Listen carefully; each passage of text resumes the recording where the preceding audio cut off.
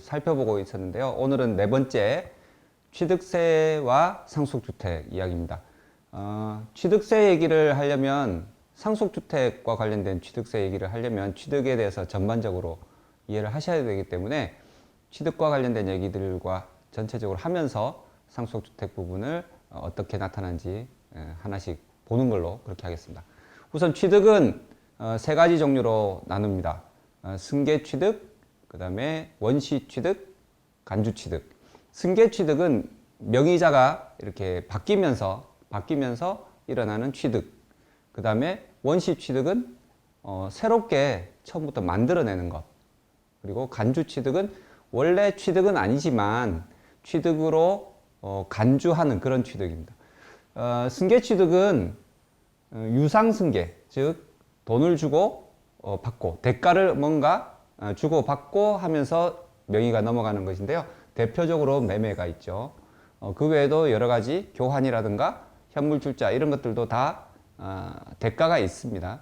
주식을 받는다든지 아니면 교환으로 상대방 부동산을 또 받는다든지 그렇게 해서 대가가 있기 때문에 유상승계 취득이라고 하고요. 또 승계가 일어나겠지만 대가가 지급되지 않는 것, 공짜로 받는 것.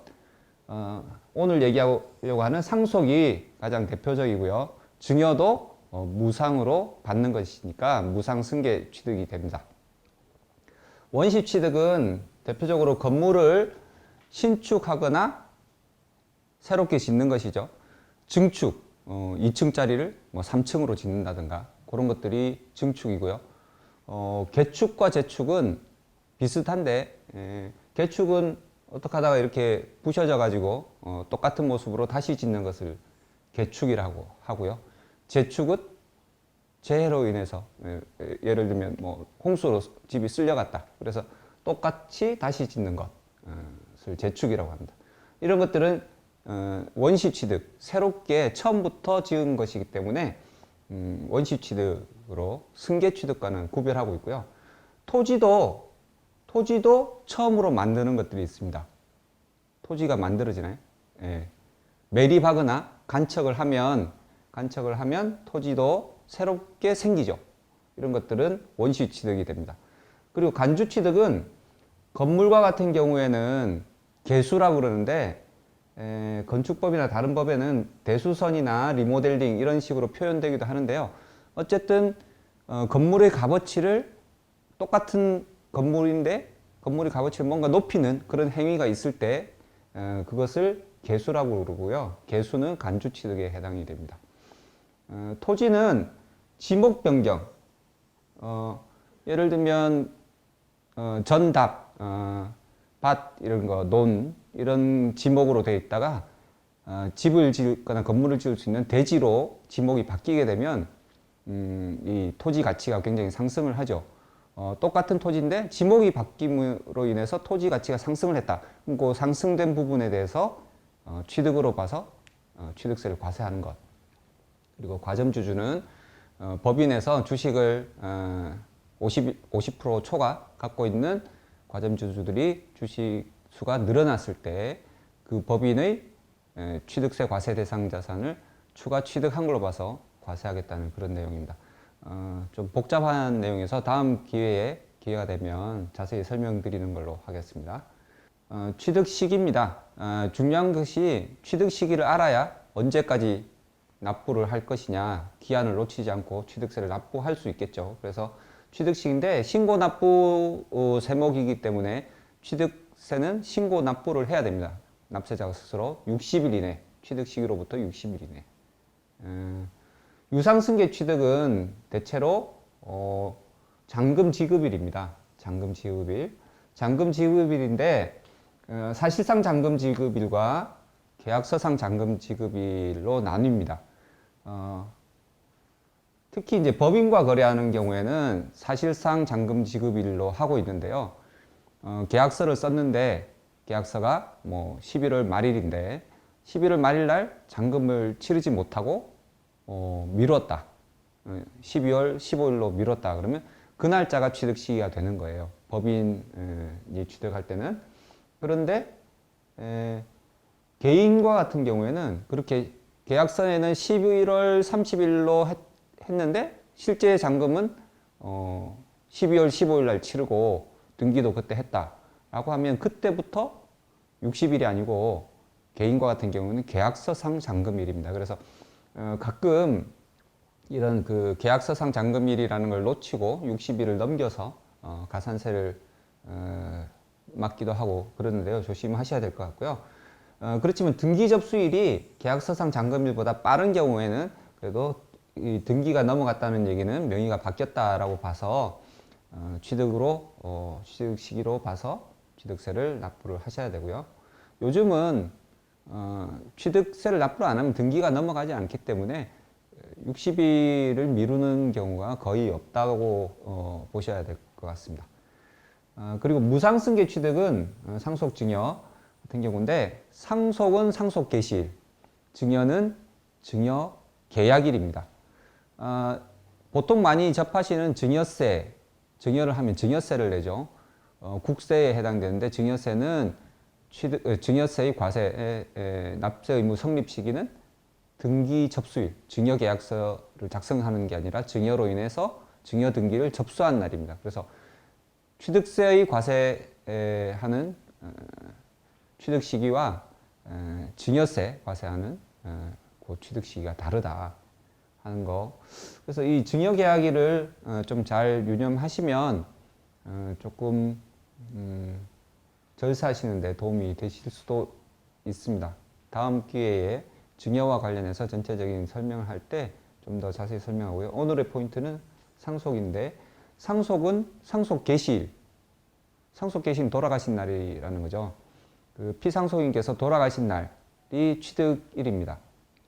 그래서 취득이 일어났는데도 불구하고 등기를 미뤘다. 등기를 미뤘다라고 하면 이게 명의가 바뀌지 않았기 때문에 그 협의 분할이나 이런 걸 안 했기 때문에 납세 의무가 없다라고 생각하실 수도 있는데요.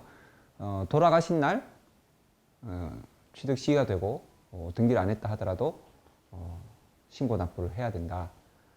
근데 상속과 같은 경우에는 협의 분할 이런데 조금 뭐 돌아가신 분 유품도 정리하고 재산도 정리하고 하다 보면 시간이 많이 걸리기 때문에 일반적인 신고 납부 기한이 아니라 6개월 신고 납부 기한을 주고 있습니다. 취득세를 계산을 하려면 과세 표준이 필요하죠. 과세 표준에다가 세율을 곱하는데요. 그 취득세 과세 표준 원칙은 신고 납부 세목이기 때문에 취득자가 신고한 가액, 신고한 대로 그대로 취득세를 과세를 합니다. 그런데 신고 가액이 없거나 대표적인 게 무상승계 취득이죠. 신고를 그거는 공짜로 받았기 때문에 가액이 없죠. 그래서 없거나 신고를 했는데 시가 표준액, 지방세에서는 주로 기준시가라고 쓰지 않고 시가 표준액이라고 합니다. 시가 표준액보다 적을 때는 시가 표준액만큼은 적어도 세금을 매기겠다. 그래서 시가 표준액으로 합니다. 그렇지만 이 취득자가 신고한 가액이 실제 거래 가액이 아닐 수도 있잖아요. 그래서 가짜로 또는 시가 표준액에 맞춰서 딱 그 계약서를 따로 작성해서 제출하기도 하는데요. 과거에 시가 표준액 과세가 원칙일 때는 그렇게 했습니다만 몇 가지 경우에서는 사실상 취득가액, 사실상 취득가격으로 반드시 하도록 하고 있습니다.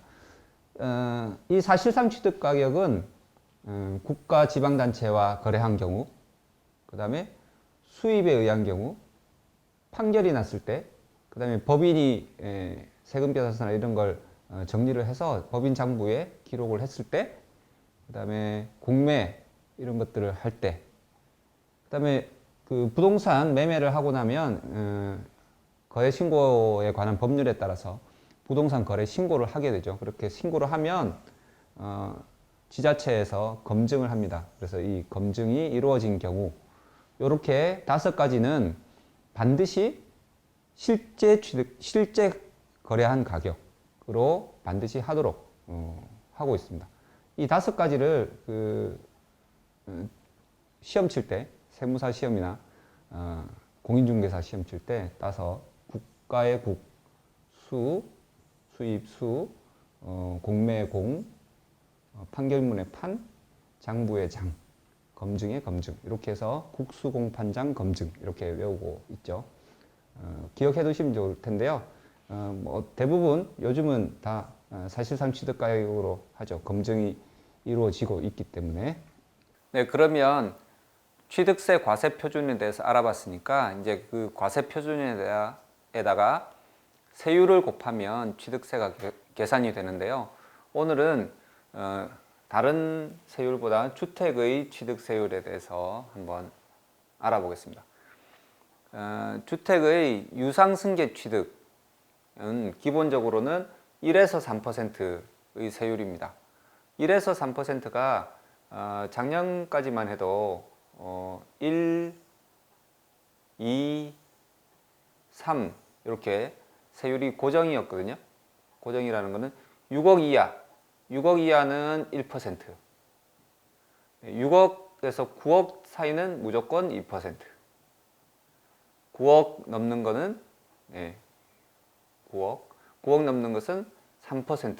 이렇게 딱 그 금액대에 따라서 세율이 일정했는데 이게 개정이 되면서 6억하고 9억 사이에 있는 금액대에서는 세율이 금액이 커짐에 따라서 세율이 0.01% 단위로 증가하도록 그렇게 됐습니다. 그래서 여기 딱 그 7억 5천 가운데 있는 7억 5천이 되면 2% 그리고 9억이 되면 3%.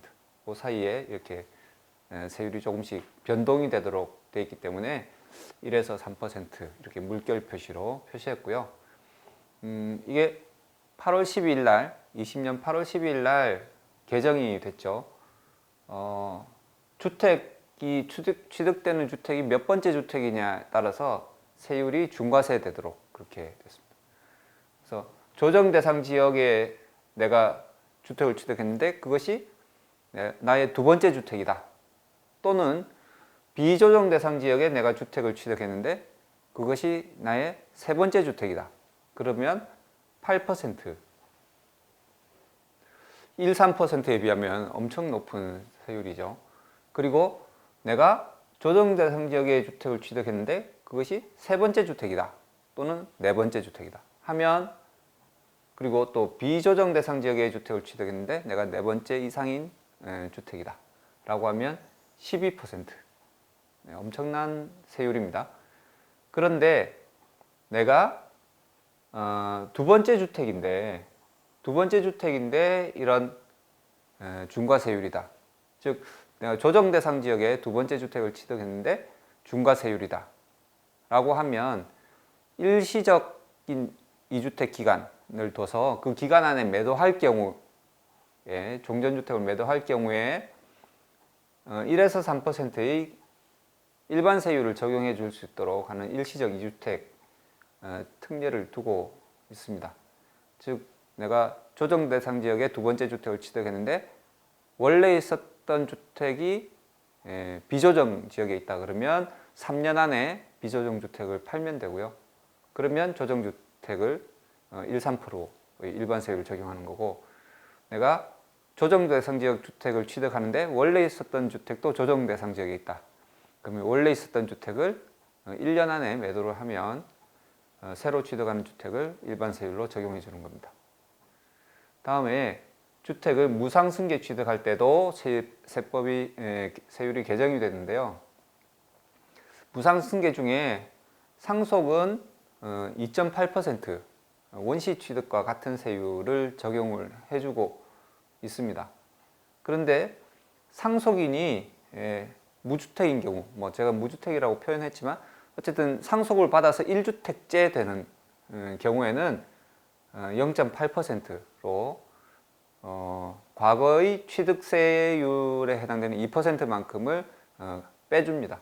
등록세에 해당되는 0.8%만 부과를 하는 특혜를 주고 있고요. 그 다음에 올해 바뀐 것은 증여죠. 증여가 과거에는 3.5%, 물론 지금도 3.5%입니다만 조정 대상 지역에 있는 시가 표준액 3억 원, 주택의 시가 표준액은 공시가격을 말합니다. 3억 원 이상인 주택을 증여를 할 때는 12%로 취득세를 부과를 합니다. 예, 증여에 따른 증여세도 만만치 않은데 취득세는 또 새로운 부담이 되고 있죠. 그런데 그 증여하는 주택이 1주택이고 배우자나 직계 좀비 소득에 증여할 때는 일반 증여세율이 3.5%로 좀 숨통을 틀 수 있게 조금 열어놨다고 하겠습니다. 정리를 하면 취득세는 과세 표준에서 세율을 곱해서 취득세를 내는데, 상속주택과 같은 경우에는 이 시가 표준액, 과세 표준이 바로 시가 표준액이 됩니다. 주택 같은 경우에는 개별주택 같으면 개별주택 공시가격, 아파트나 연립 같은 공동주택은 공동주택 공시가격. 세율은 아까 제가 2.8% 또는 무주택자 상속받는 경우에 0.8%라고 했는데, 여기에 지방교육세가 과거 등록세의 20%, 그러니까 0.8%의 20%죠. 그러니까 0.16%가 추가되고요. 국민주택 규모를 초과하는 주택일 경우에는 농어촌 특별세 0.2%가 더 추가돼서 그럼 총 몇 퍼센트입니까? 네, 3.16%인가요?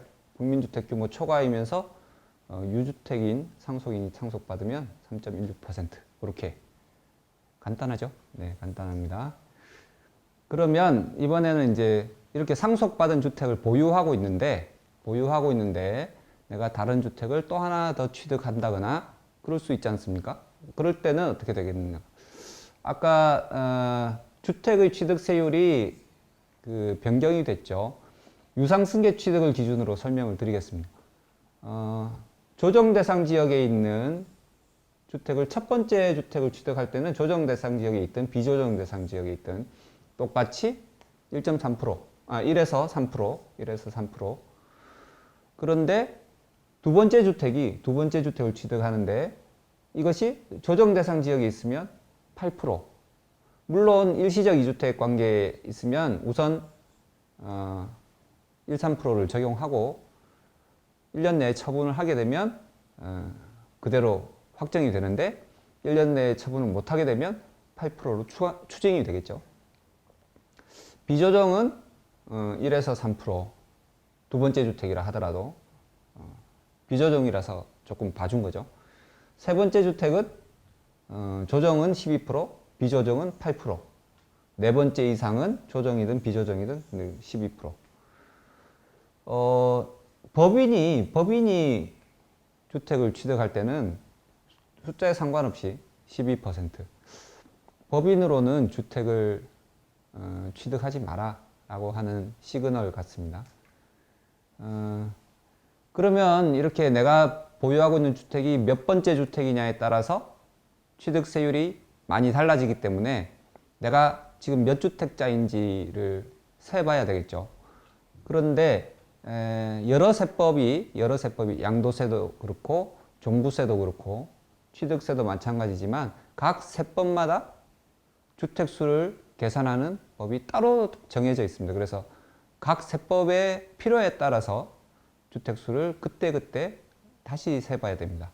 무조건 나는 3주택이면 항상 종부세 계산할 때도 3주택, 양도세 계산할 때도 3주택, 취득세 계산할 때도 3주택, 그렇지는 않습니다. 그래서 주택수를 잘 세봐야 되는데요. 이 취득세 주택도 세대 단위로 내가 몇 주택인지를 봅니다. 개인별로, 인별로 주택수를 세는 것이 아니고 내가 속한 세대원들이 갖고 있는 주택이 총 몇 채인가 이런 걸 세는데요.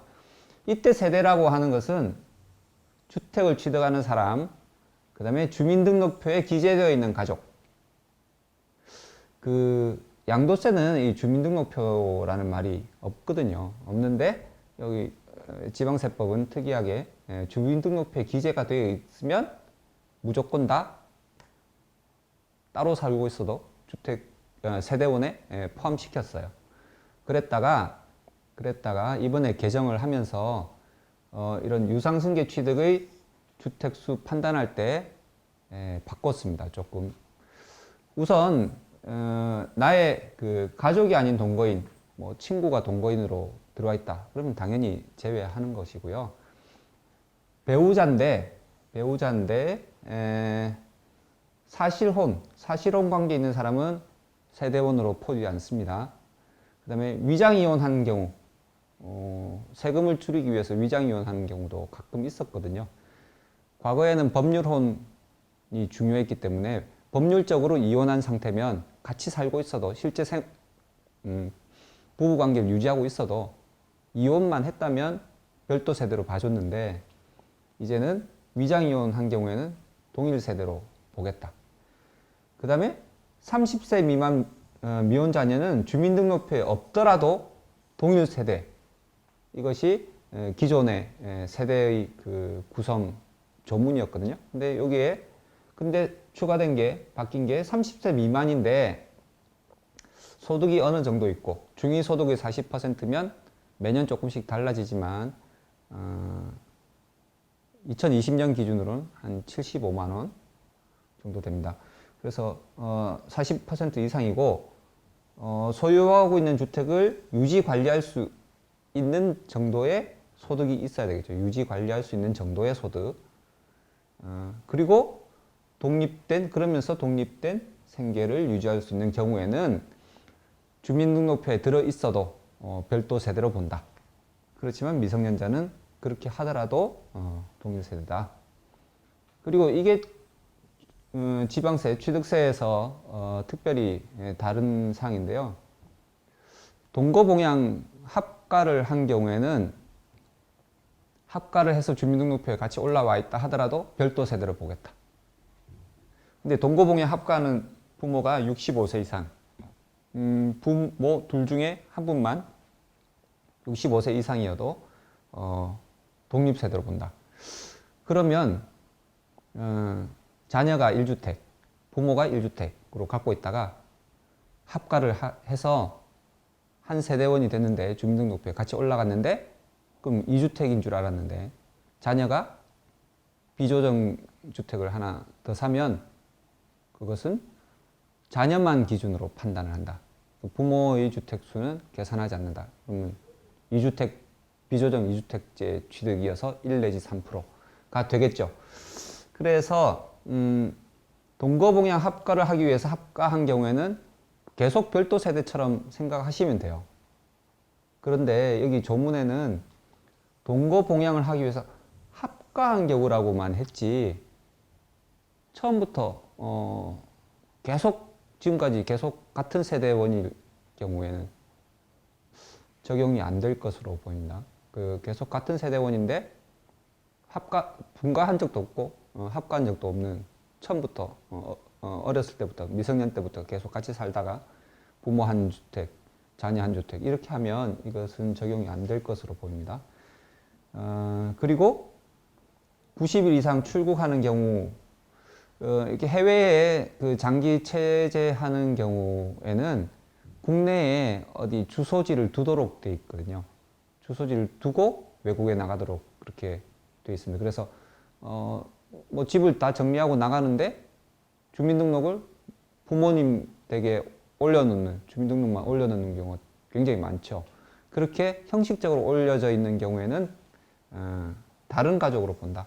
다른 가족으로 제외해준다. 그렇게 되어 있고요. 주택을 공동 소유하고 있을 경우에는 공동소유자가 각각 1주택으로 본다. 0.5 소유하고 있어도 각각 1주택으로 본다. 예를 들면 형님하고 동생이 0.5씩 갖고 있다. 그러면 형님도 1주택, 동생도 1주택 그렇게 되죠. 그런데 한 세대 내 공동소유, 대표적인 것이 부부가 공동소유하는 거죠. 그런 경우에는 남편이 1주택, 부인이 1주택 이렇게 되는 것이, 그래서 2주택이 되는 것이 아니고 둘이 합쳐서 결국은 똑같은 거 하나를 갖고 있으니까 그냥 한 개로 본다. 상식적으로 이게 당연한 거겠죠.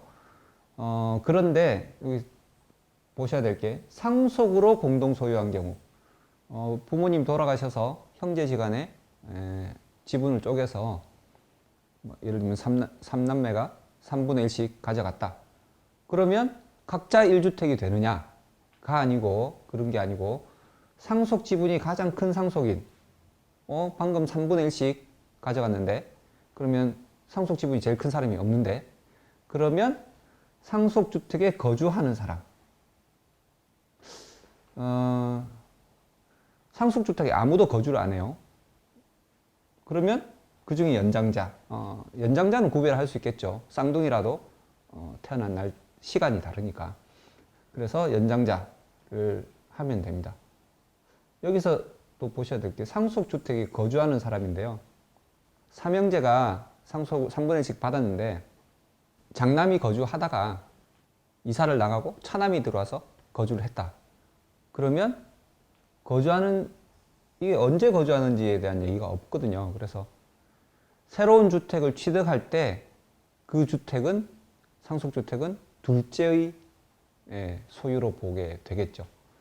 이것이 그 양도세나 이런 데서는 대부분 상속 개시 당시 거주하는 사람 이렇게 돼 있거든요. 근데 취득세는 상속 개시 당시라는 말이 없어요. 그래서 그냥 거주하고 있으면 그 주택의 소유자가 개수로 치는 겁니다. 그리고 또 이게 이제 지방세만의 조금 특징인데요. 주택을 가지고 있는데 토지는 아버지가, 건물은 아들이 이렇게 갖고 있으면서 아버지하고 아들이 따로따로 독립세대로 살고 있으면 양도세나 이쪽에서는 아버지는 토지를 소유한 거고 아들이 주택을 소유한 걸로 보거든요. 근데 지방세는 이렇게 토지만 가지고 있는 경우에도 주택수에 넣습니다. 왜냐하면 토지 없는 집은 있을 수 없겠죠. 그래서 이 집이라는 것은 이 토지를 바탕으로 하기 때문에 토지를 갖고 있는 것도 집을 갖고 있는 것으로 봐서, 왜냐하면 주택분 재산세를 매겨야 되는데 토지만 갖고 있는 사람에게도 주택분 재산세를 매기기 위한 그런 거였죠. 그래서 재산세 쪽에서부터 출발해서 온 건데 같은 지방세다 보니까 이런 취득세에도 적용이 되고 있습니다. 그래서 나는 부수 토지만 갖고 있어서 주택이 없어 라고 하는 사람도 취득세에서 아까 8%, 12% 중과세 받을 수 있다 하는 점 주의하셔야 될 것 같고요. 그 외에도 뭐 신탁한 주택, 신탁을 하면 명의자가 완전히 바뀌거든요. 그렇다 하더라도 신탁자의 주택으로 본다. 조합원 입주권, 그 다음에 분양권 이런 거는 주택이 아니죠. 주택이 아닌데 주택을 취득할 수 있는 권리거든요. 권리인데도 불구하고 주택수에 넣는다. 그 다음에 오피스텔. 오피스텔도 건축물 대장상에는 주택으로 나와 있지 않습니다. 그 사무실이나 이렇게 나와 있는데요. 오피스텔 중에서 주택으로 실제로 사용을 해서 재산세가 주택으로 과세되는 오피스텔이 있어요.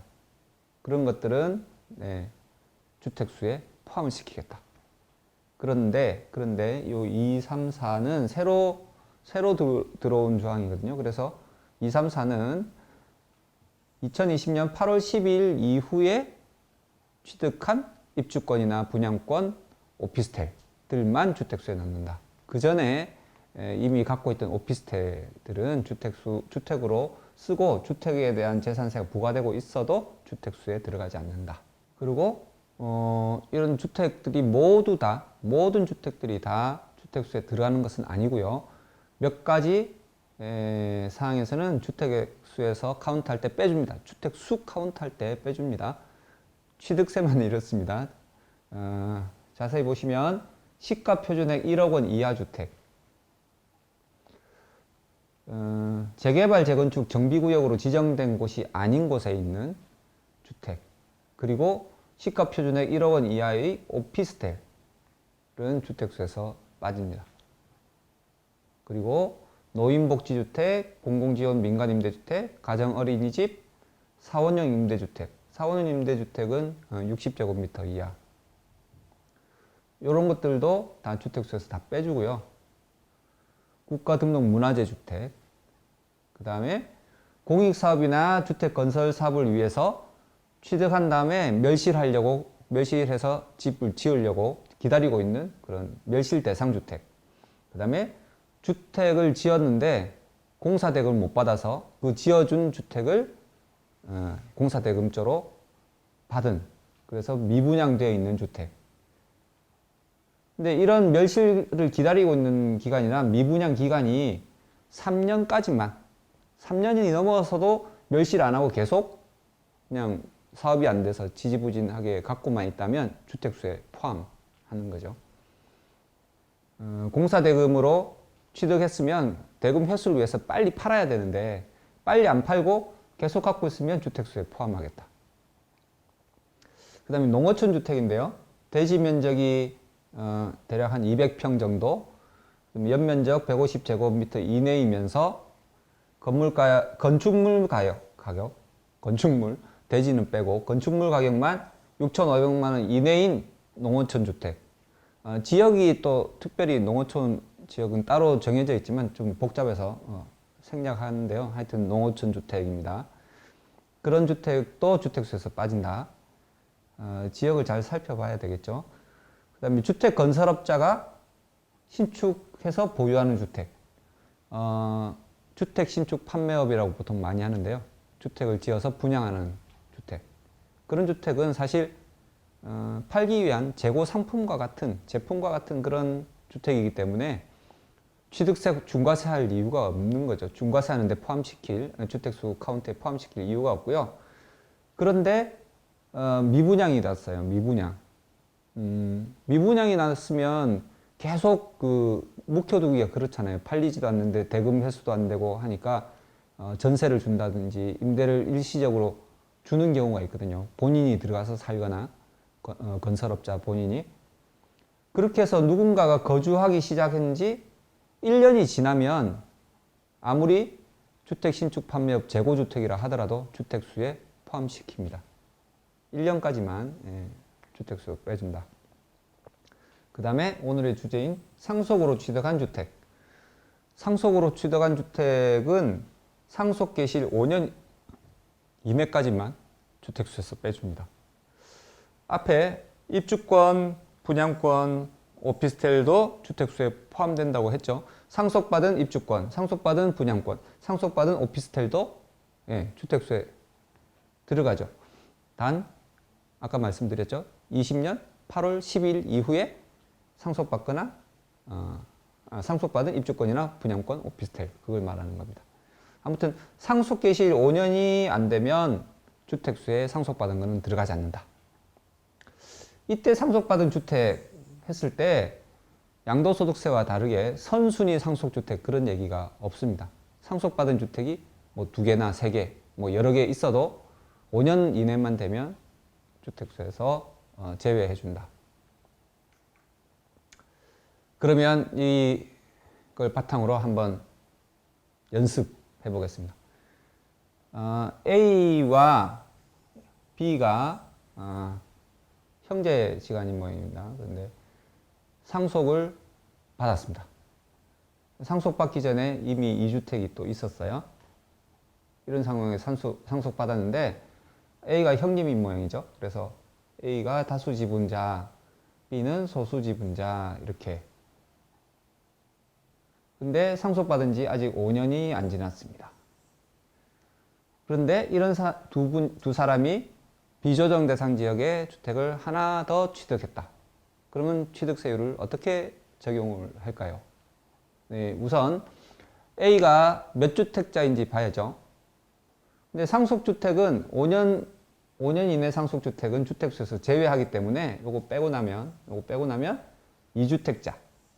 2주택자가 세 번째 주택을 비조정 대상 지역에 있는 세 번째 주택을 취득할 때는 8%. 그죠? 그래서 8%.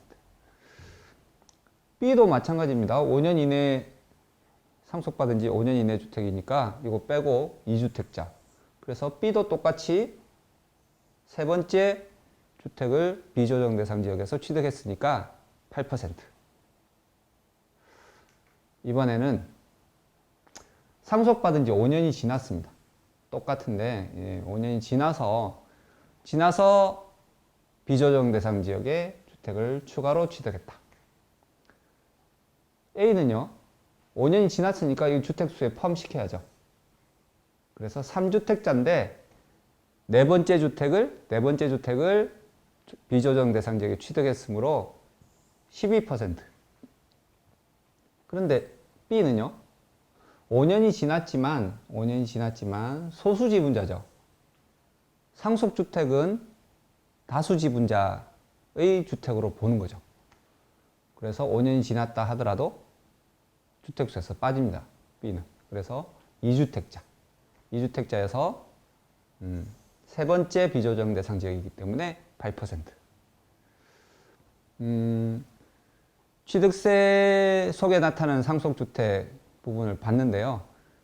이 취득세가 20년 8월 10일 날 개정이 많이 되면서 주택수 계산이라든가 세율 적용 부분에서 굉장히 어려워졌어요. 그래서 꼭 그 세무사 전문가들 상담을 받으시고요. 여기 연락처 나오는 대로 전화 주시거나 하시면 질문지를 보내주시면 답변을 해드리도록 하겠습니다. 구독, 좋아요 눌러주시고요. 지금까지 이종훈 세무사였습니다. 감사합니다.